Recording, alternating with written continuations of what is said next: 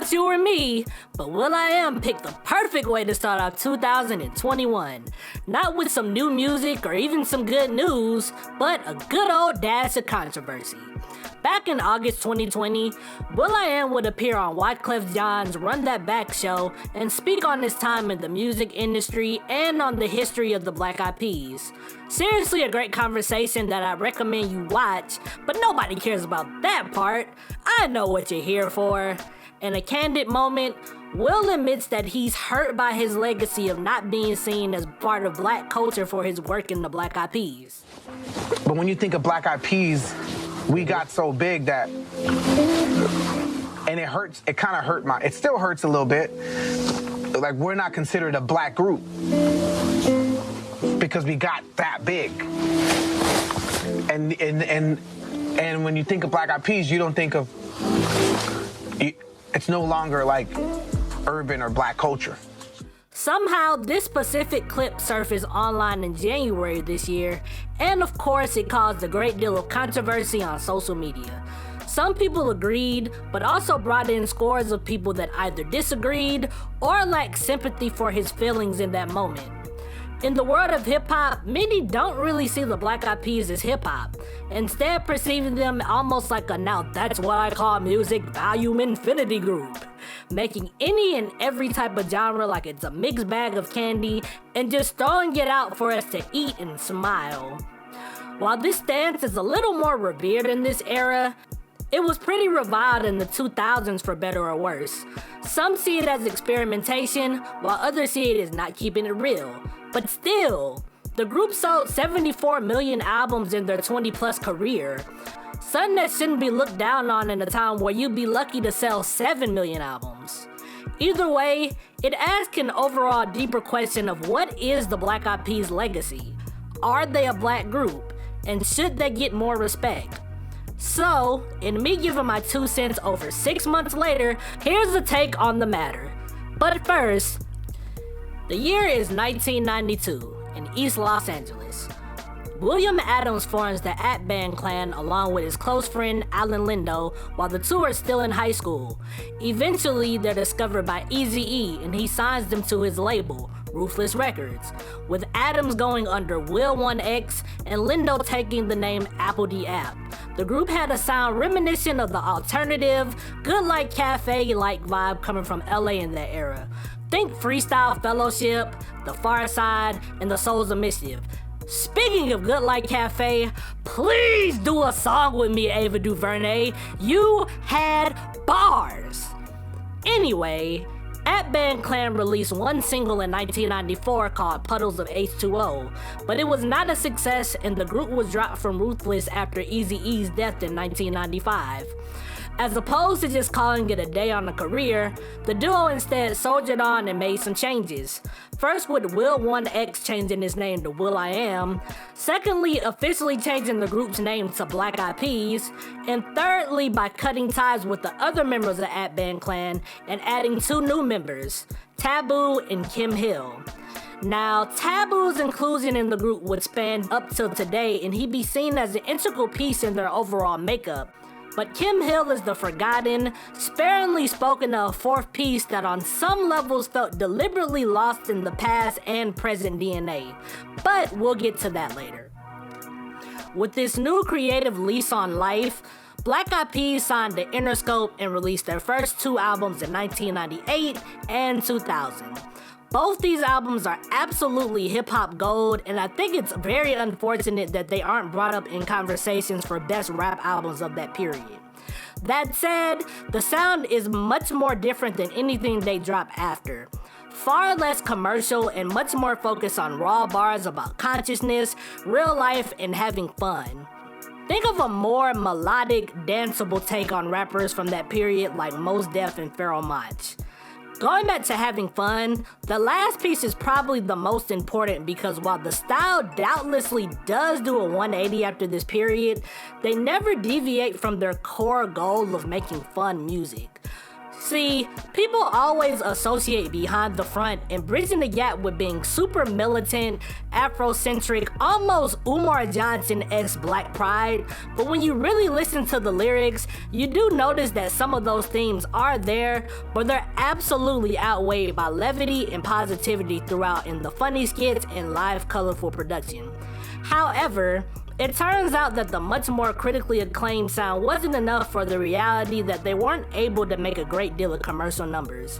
Hitting a crossroads, the group is pressured to make some changes, primarily by taking on much more commercial sounding songs and dumbing down the complex lyricism from before.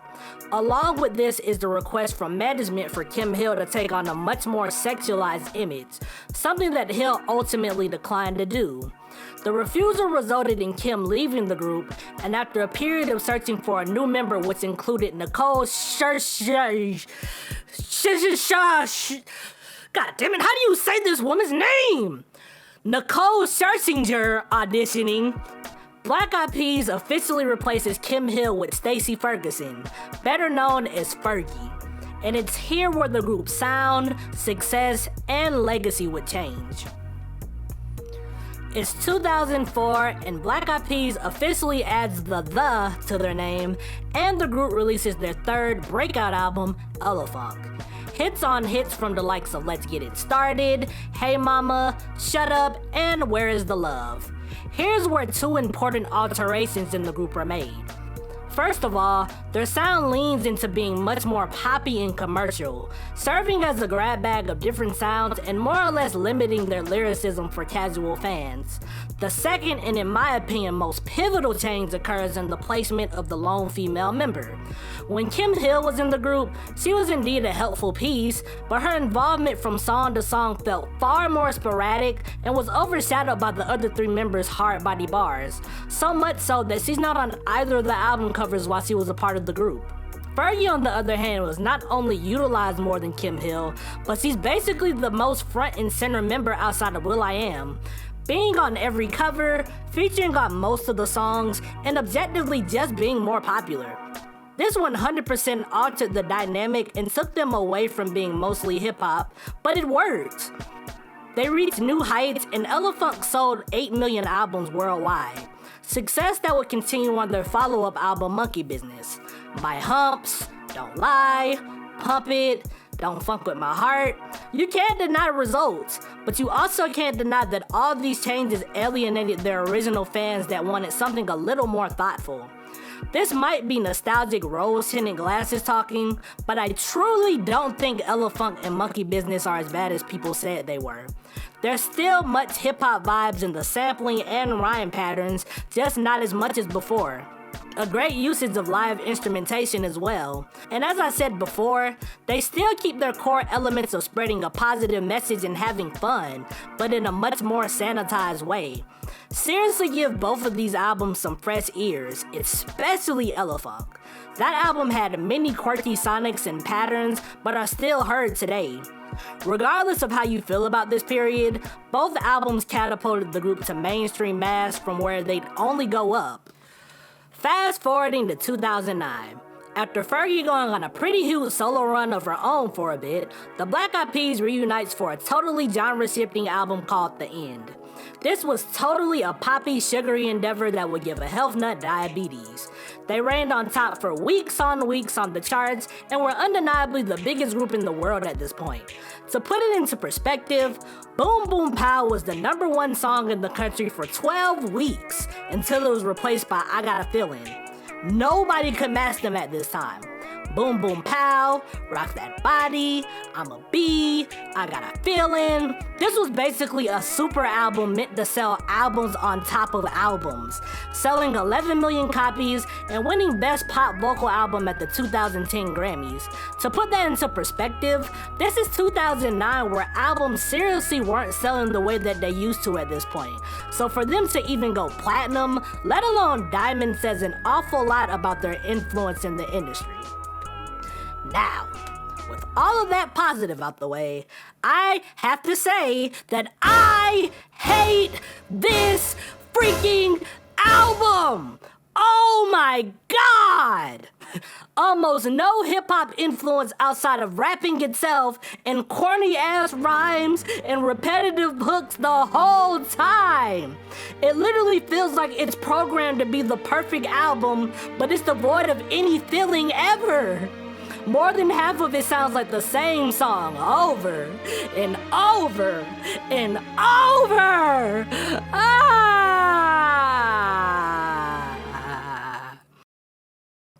But anyways, this record was very successful and launched them into territory that, believe it or not, was even bigger than the Elephunk and Monkey Business era. They followed that same trajectory in 2010 with The Beginning. Both albums helped usher in the EDM party wave of the 2000s, and it put them into worldwide territory through dance music. And while the group would release more music without Fergie after this period, The Beginning is considered by most to be the end of the Black Eyed Peas' glory period at the top of the charts. So with all of that history and context that we now have, here's the moment of truth on whether or not the Black Eyed Peas should be considered a black group. No! And it's honestly their fault. First, let's tackle the obvious. The group literally only contains one black member during their most popular period, so it's hard to consider them anything other than multiracial at best. And going through their catalog, I did realize that they're not nearly as terrible as perceived by super critics, except these, never again these, please. But you can't skip over the pure fact that the inclusion of Fergie tarnished their legacy to black consumers, especially considering that they had another black member that they willingly let leave as opposed to standing up for and using her to her full potential. The same way that they would do with Fergie, who to add was hardly ever hypersexualized like they wanted to do with Kim. I do feel slightly bad for Will.I.Am and how he's personally perceived in hip-hop, cause when you take into account all of the records he's produced for others, this man is seriously underrated and should be highly regarded among his peers the same way that people do with Pharrell and Timbaland. But alas, his group generally wasn't really a part of black culture, and again, it has to be said that it almost felt like they never really wanted to be at their peak. So with that, can Will.I.Am really be upset about not being included in a culture that from the outside looking in felt like they never aimed to be included in the first place? It's unfortunate.